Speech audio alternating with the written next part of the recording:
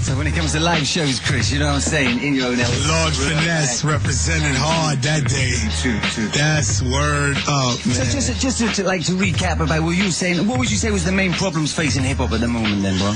Well, the main problems has to do with the fact that, you know, well, we have two or three things. First of all, it's funny you even say that after you play that, because it has a lot to do with the fact that we lost the rules and the regulations.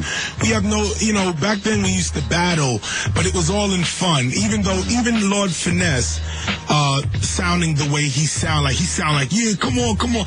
At the end of the day, of course, right there, he was ready to battle anybody. But at the end of the day, it was still rules and regulations. Lord Finesse would not pull out and shoot Lords of the Underground or vice versa. If anything, Lords of the Underground would try to come back, leaving a fresher rhyme. And keep in mind that both of them are my friends, both of them. So even though Lord Finesse had a battle with Lords of the Underground, KRS, well, I thought his rhymes was dope. I was still eager to hear what Lords of the Underground would have to say, you know, and come back, and that progressed the culture because it was really all about talent. But what happened is that we forgot about hip hop as a culture, and we began to get into rap. In other words, we separated the MC, and people they forgot about being MCs, and they tried more to be rappers, and they got more like, you know, to be a good rapper you got to be platinum, to be a good rapper you got to be gold, to be this, to be that. So while other rappers were going gold and platinum, artists like myself, like Lord Finesse and so on, we was in the parks, like you can hear, practicing our skills. And so even like today, you know, now, you know, like I got this pop hit out, you know, Step Into a World, you know, and it made me laugh because I sit back and I go, okay, you know, now there's like new people, I got like a new audience, and like people are like, they don't know my music, they don't know Criminal Minded, they don't know By All Means Necessary, Ghetto Music, they don't know none of that. What they know is the new album, the new single, and they like KRS, which is cool, but you gotta understand who you're dealing with, or you'll think that I'm like arrogant, you'll think that I'm egotistical, you'll even think, as some people say, that I'm contradictory.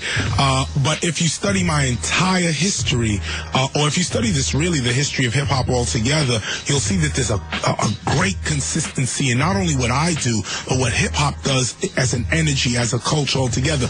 We lost that. Well, not even so much that we lost it, but the mediums that hip-hop have to come through in order for the people to hear it is the mediums this dirty. These mediums, you know what I'm saying?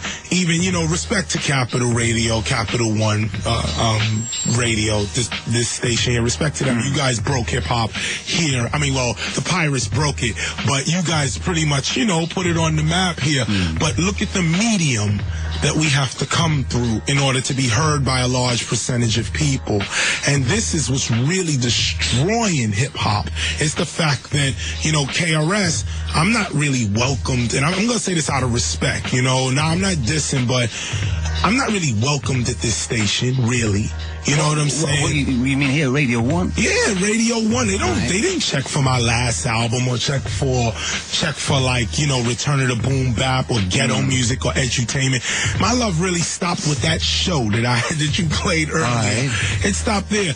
They don't really check for me, really, but the Pirates always check for KRS. Right. You know what I'm saying? The underground heads always check, and they keep me alive. So my thing is that if we can come through a pure medium, a pure medium, where you get to hear the whole culture, you get to hear Snoop, then you get to hear KRS, then you get to hear Ice Cube, then you get to hear Luke, then you get to hear Little Kim, then you get to hear somebody from London, then you get to hear somebody from Japan, and then somebody from France.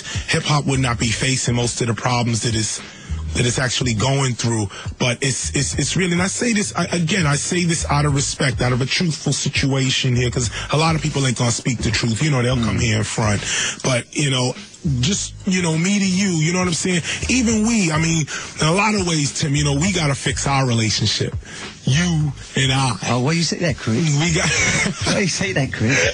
I'm sorry, we gotta wrap this up. Nah, because I mean, even you and I mean, we just, I'm not gonna get into it, but the people know, you know what I'm saying? There's an undercurrent out there, you know, the people know between you and I, behind the scenes, you know what I'm saying? you cool, you know what I'm saying? I know you from day one. You know what I'm saying? And vice versa. You know me from day one. You know what I'm saying? But we on two sides of the fence. You know, I'm on this side of the fence and you're on that side of the fence. And even our relationship, you know, we should be in more contact together, you and I. You know what I'm saying? I don't call nobody, so let me also take blame here as well. But in the same instance, it's like, you know, the way the audience looks at a radio station is also the way they look at the hip-hop that comes through that radio station. And Radio 1 has to do a lot more for hip-hop. You can't wait till I get pop and then decide to have me on the show. You can't wait till I get pop and then say, I just felt Wes is back here bugging. And I'm saying this, you know what I'm saying? I'm just keeping it real here, you know what I'm saying? And as a station, you can't wait until somebody sell 1 million records or go gold or whatever, and then say, okay, we're gonna have this artist on, or we're gonna do this, or we're gonna do that. I see you in the States. I saw you, you know, you be hanging with Flex, you know what I'm saying? And Flex is the man over in New York, you know what I'm saying? But he even goes through the same problem himself. You know, even Red Alert, even, you know, they go through the same problem. Hot 97 is probably the best station that New York ever had in its history since WHBI, you know. But in the same instance, that's one station in America. The rest of the stations in America, you know, I gotta wait. Like, KRS One puts out a record. No one says that's KRS-One. Let's bring him onto the station. Let's put his record on. Let's play it 80 times a day, even if it ain't selling.